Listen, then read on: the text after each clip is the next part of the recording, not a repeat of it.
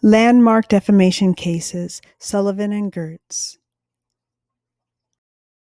In this presentation, I'll break down two landmark U.S. Supreme Court cases on defamation: New York Times versus Sullivan and Gertz versus Robert Welch Incorporated. These rulings shaped the legal standards for defamation, clarified the difference between public and private plaintiffs, and outlined the burden of proof necessary to protect First Amendment rights while also safeguarding personal reputations.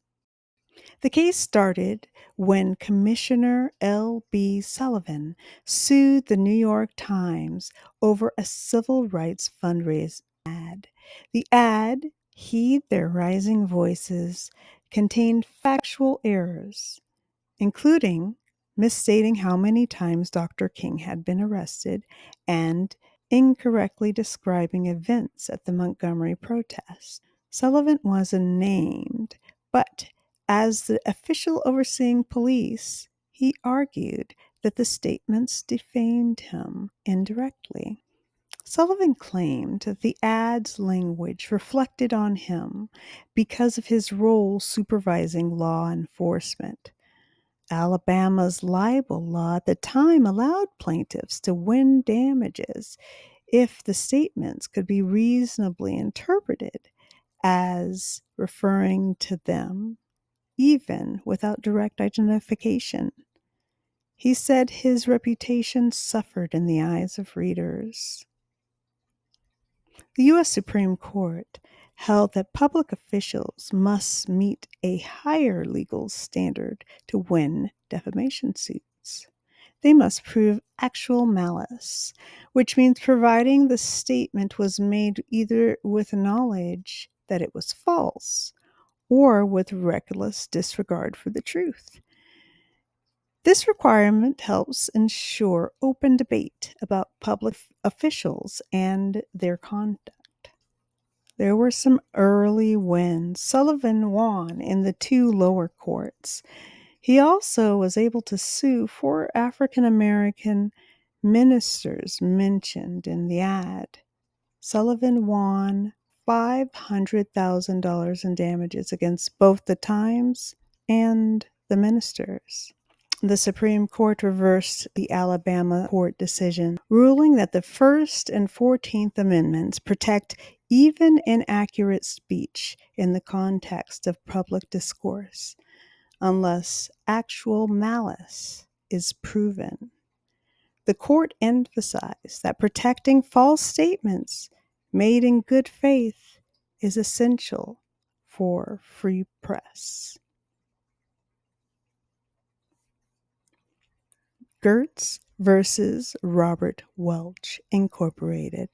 In the Gertz case, the plaintiff was a Chicago attorney representing a family in a civil suit after a police shooting.